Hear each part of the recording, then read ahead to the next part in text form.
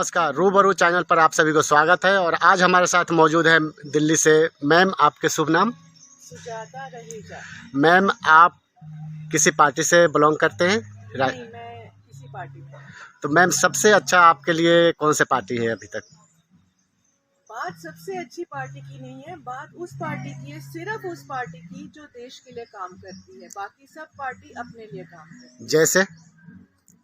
सिर्फ एक पार्टी है जो देश के लिए काम कर रही है और वो है भारतीय जनता पार्टी। बाकी सब पार्टी में एक जो सर्वोच्च नेता है वो अपने परिवार के लिए काम करता है और अपने रिश्तेदारों के लिए, या ज़्यादा से ज़्यादा अपनी जाति के लिए। अगर आप उनको देखो, जब वो पॉलिटिक्स में आते हैं तब उनके पास कितनी जायदाद होती है, और जब वो पॉलिटिक्स में 4-5 साल रह जाते हैं तब उनके रिश्तेदारों के पास कितनी जायदाद, किस तरह की गाड़ियाँ, किस तरह की प्रॉपर्टी, क्या क्या हो जाता है उनके पास। तो मैम, आपके लिए हिसाब से जो अभी सबसे नज़दीक चुनाव आ रहा है यूपी के, और जो कि यूपी के चुनाव ही पूरे हिंदुस्तान को एक रास्ता दिखाता है, केंद्र में शासन होता है जिसका, यूपी में सरकार बनता है। तो अभी सामने यूपी चुनाव है, तो उसमें आपके तरफ से विरोधियों के लिए क्या आदेश रहेगा? किस तरीके से आप विरोधियों पे हमला करना चाहेंगे? मैं विरोधियों को ये कहना चाहूँगी कि कभी तो अपने गिरेबान में झांकें, कभी तो सोचें कि रात को जब वो सोते हैं तो इतने महफूज होकर कैसे सोते हैं। कभी तो उस जवान की सोचें जो 22-22, 23-23 साल में इतनी बर्फीली चोटियों पर अपने आप को घिसाता है और कितनी बार शहीद हो जाता है, दुश्मन की गोली से ना भी हो, ठंड से हो जाता है। और उसके माँ बाप के दिल पे क्या बीतती होगी, उसकी जवान बीवी पे क्या बीतती होगी। अगर उसके 1-2 बच्चे हो चुके हैं, वो सारी उम्र बिना बाप के साए के बड़े होते होंगे।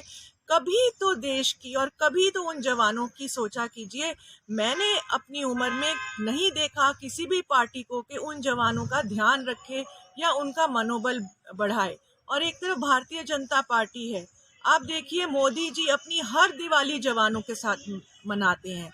उन्होंने जवानों को नई से नई सुविधा लाकर दी है, हर तरह के उनके लिए कपड़े, जूते, बाइनोक्यूलर्स, गॉगल्स, गन्स, और उनको पूरी छूट है कि अगर दुश्मन सामने से आए और वो एक गोली हवा में चलाए तो ये 10 गोली चलाएं। ये जवान खुद कहते हैं कि पहले उनके हाथ बंधे रहते थे, अगर उनकी चेकिंग होती थी, अगर उनके डिब्बे में से एक भी गोली गायब हो तो उनको 3-3 महीने तक उनकी इंक्वायरी चलती थी और उनको पता नहीं कितना कागजी लेखा जोखा देना पड़ता था कि वो एक गोली कहाँ गई। जी मैम, वैसे तो जवान के लिए बहुत अच्छे काम कर रहे हैं, बॉर्डर के लिए बहुत अच्छे मोदी जी काम कर रहे हैं, लेकिन कुछ लोगों का कहना है कि इतने महंगाई, सिलेंडर महंगा हो गया, पेट्रोल महंगा हो गया, तो क्या आपके हिसाब से भी अभी महंगा हुआ या पहले से भी महंगा होते आ रहा है ये चीज़ें? देखिए, जब पहले महंगा होता था तो इन लोगों की जेब में जाता था, आज महंगा हो रहा है तो उससे हमारे देश की सुरक्षा के लिए कितना सामान आ रहा है। ये जो नए राफेल एयरक्राफ्ट आए हैं, एक एयरक्राफ्ट 17,000 करोड़ का है। वो पैसा कहाँ से आया है? वो पैसा हम लोगों से, हमारे टैक्स से ही आता है। और पहले जो इससे पिछली सरकार थी उसने हाथ खड़े कर दिए थे, 10 साल तक राफेल की बात चलाकर एंड में आखिर में बोला हमारे पास पैसा ही नहीं है राफेल खरीदने का। यानी कि फुल सपोर्ट है आपका बीजेपी का। मैम, आप ज्वाइन कर रखे हैं बीजेपी? नहीं, मैं किसी पार्टी में नहीं हूँ और ना ही मैं होना चाहती हूँ, क्योंकि पॉलिटिक्स करना आसान काम नहीं है। अगर आप दूसरी पार्टी में काम करते हैं तो आपको करप्ट होना पड़ता है, और अगर आप बीजेपी में काम करते हैं तो आपको दिन रात गाली खानी पड़ती है, और मुझे दोनों ही काम नहीं करने। मैम, अगर बीजेपी चाहे हाँ। जो आप आओ हमारे पार्टी में, तो फिर क्या इच्छा रहेगा आपका? बीजेपी ज्वाइन करने का मतलब 20 घंटा काम करो, दिवाली, होली, संडे सब भूल जाओ। भैया, मेरे में इतनी हिम्मत नहीं है, पर जो लोग कर रहे हैं कम से कम मैं उनके पीछे खड़ी हूँ। कम से कम हम हिंदुस्तानियों को इतना होना चाहिए कि अगर कोई अपनी दिवाली, होली, भाई दूज, अपना बर्थडे सब भूलकर, सारे संडे भूलकर 20-20 घंटे काम करके हमारी सेवा कर रहा है, तो कम से कम उसको थैंक यू तो बोल दें। बिल्कुल मैम। अच्छा, दिल्ली में मनोज तिवारी जी कैसे हैं, कैसे काम कर रहे हैं वो?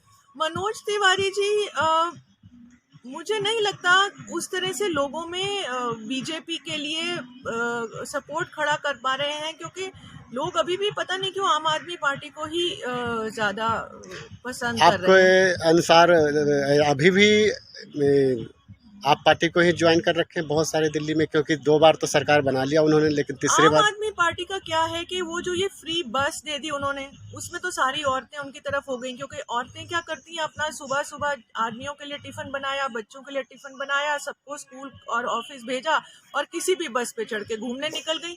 अब कोई फर्क ही नहीं पड़ता कितना किराया लग रहा है। तो उससे उन्होंने बहुत सारे गरीब तबके को अपनी तरफ कर लिया उस एक प्रलोभन को देके। नहीं तो इस बार चांस था कि बीजेपी जीत जाती। तो अब यही है कि वो ऐसे ऐसे प्रलोभन देते हैं कि समझदार लोग भी गलत जगह वोट डाल देते हैं। तो साथियों, आज हमारे साथ दिल्ली से मैम आई हुई थी, दिल्ली और में जो लोग अच्छा काम कर रहे हैं बीजेपी के लिए, वो मैं कहूँगी, एक है कपिल मिश्रा और एक है तेजिंदर बग्गा। ये लोग काफ़ी आगे बढ़कर प्रचुर रूप से लोगों के इश्यूज आगे लाते हैं और जोर मारते हैं, दिन रात काम करते हैं।